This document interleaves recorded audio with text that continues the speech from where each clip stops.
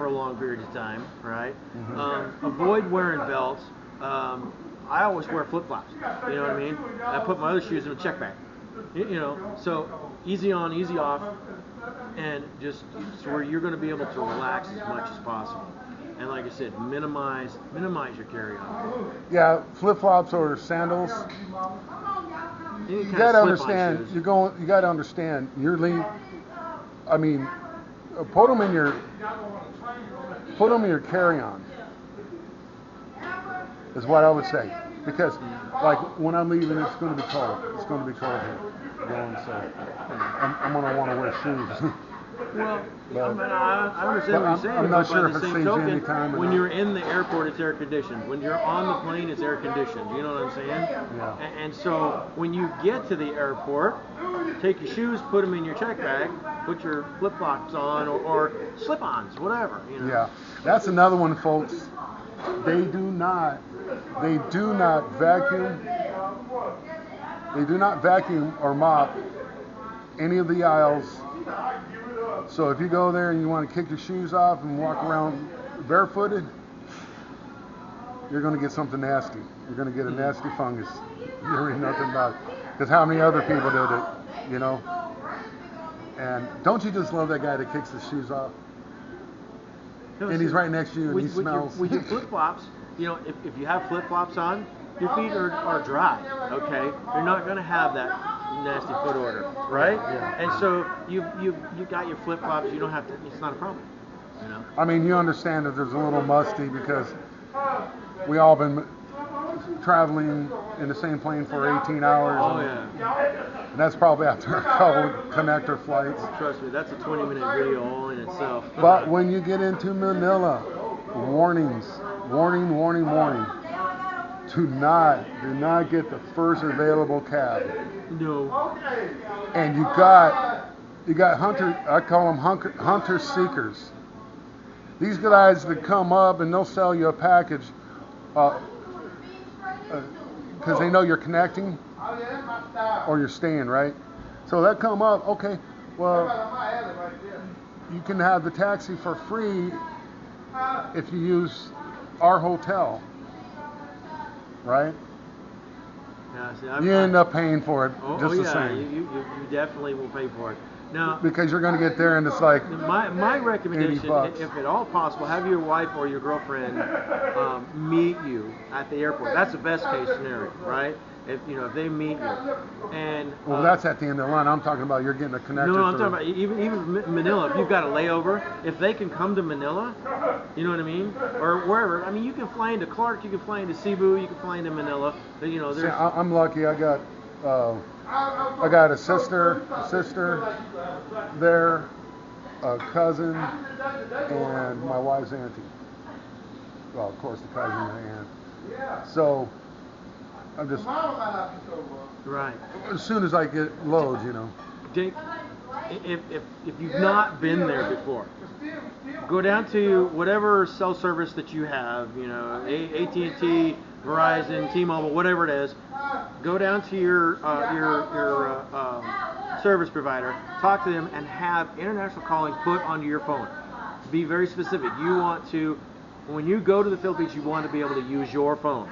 Okay? Yeah. And I have T-Mobile. It's $15 a month, and I can take it off anytime I want to. So before I go, I'll have, service free. So that when you get there, your cell phone works. You can call your relative, and that's from voice of experience. I showed up the first time there, met my wife.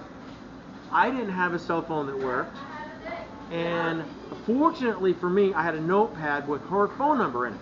So bare minimum, write down their phone number, your girlfriend or your wife. Write down their phone number, okay? So that when you get there and you look lost because it's your first time there, like I did, security guard is very nice, very pleasant. Ask, hey, are you okay? Well, and so he let me use his cell phone the first time to actually call the wife. And so that's when I found out that she was waiting for me downstairs. Which terminal you go. You get to Terminal 3, you got to go out the doors, cross the street, take the alleyway, the tunnel downstairs, you circle back down around, and you get down into the lower level, And across the street at that lower level, there's hundreds of people waiting for passengers to show up. Yeah. And I walk down there and I'm like, oh my God, how am I going to find her? And that's because the security guard that I use his phone, he's back inside the airport, right? And so, oh yeah, I know what you're talking about. I get down there, and so I don't have a phone, and I'm looking literally hundreds of people across the street behind this barricade. Yeah, you were coming. I was Terminal 3. Terminal 3. Yeah. Terminal 3's got a triple deck. Right. A triple deck drop off. Oh man. Yeah, so that's why I say make sure you get international calling put on your phone. That's real important. It makes it so much easier for you. Have the phone number written down in case the phone company screws up and you don't have it. You can talk to a security guard, borrow somebody else's phone, give them 20, 30 pesos or whatever, it's cheap enough to make a quick phone call. You call your wife or girlfriend, and anyway, like I said, I got down there hundreds of people. Or make sure you have a phone, any phone that has a removable SD and a removable. They didn't do you good when you first get there, not at the airport. Yeah, they sell them right there. I've never seen them. I know that they got money changers at the airport. Terminal 1, you got money changers, and you got the cell phone people there. SIM card. Yeah. Really? Okay. But you got to be careful. You're just better off getting international calling put on your phone. Because otherwise, if you're going to change SIM cards, you got to get your phone unlocked. Otherwise, it won't work. So, and that's a whole nother pain in the butt hassle to get. I forgot about the unlocking part. Yeah. But see, I went with the Boost Mobile. It had an internal. Ooh, good. It did me no good when I got there. We have digressed so far. How many videos are you going to be posting? About 20, I think. Well, that's all right. You probably got about an hour. I would suggest you. Oh, mine kicked off a while back. Oh, did it really? Yeah, this is a new camera. That's okay. Keep going. It's still going. This is a new camera. I just got it, and I did not get a spare battery with this, and so it kicked off. I'm sure that the battery ran out, and so I basically don't know anything about the camera that much, but obviously it doesn't last for. I think after about 15 or 20 minutes, I heard it beep, and I suspected it went off. But that's all good. If you get in Manila, get yourself a Grab. Do yourself a favor and save some money and some hassle.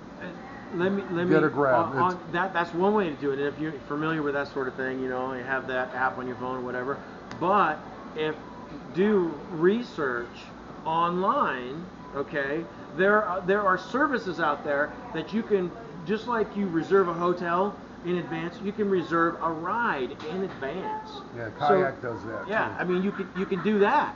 Or they actually have people there, and they're in a green booth outside of it's like Terminal 1. It depends on which terminal you go to. And it's because that Terminal 1 is A through G, I think it is.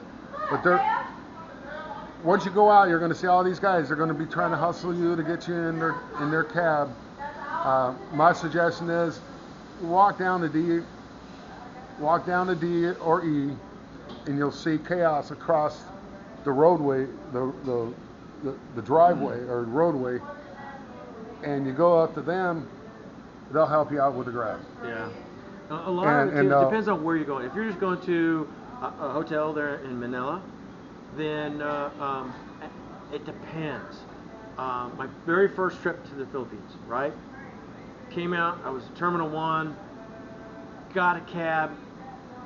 The guy was honest, he was a good guy. He flipped on the meter. We go, it's 120 pesos to take us downtown to Makati. I want to say it was A Avenue, but something like that. I don't remember the name of it. It was a nice place. It was 120 pesos. Okay, which is super cheap. Which is about $2.40. Yeah. So, but the next trip, we had make the assumption you jump in the cab. He doesn't flip on the meter, which by law they're required to. You get there, special price. Don't worry about it, special price. And he wants 1,500 pesos, 10 times as much. Okay, so you got to be real careful. And I've gotten in cabs, and I've insisted. If they don't flip the meter, I tell just them. jump right out Yeah, and I tell tell them, them, I want okay, my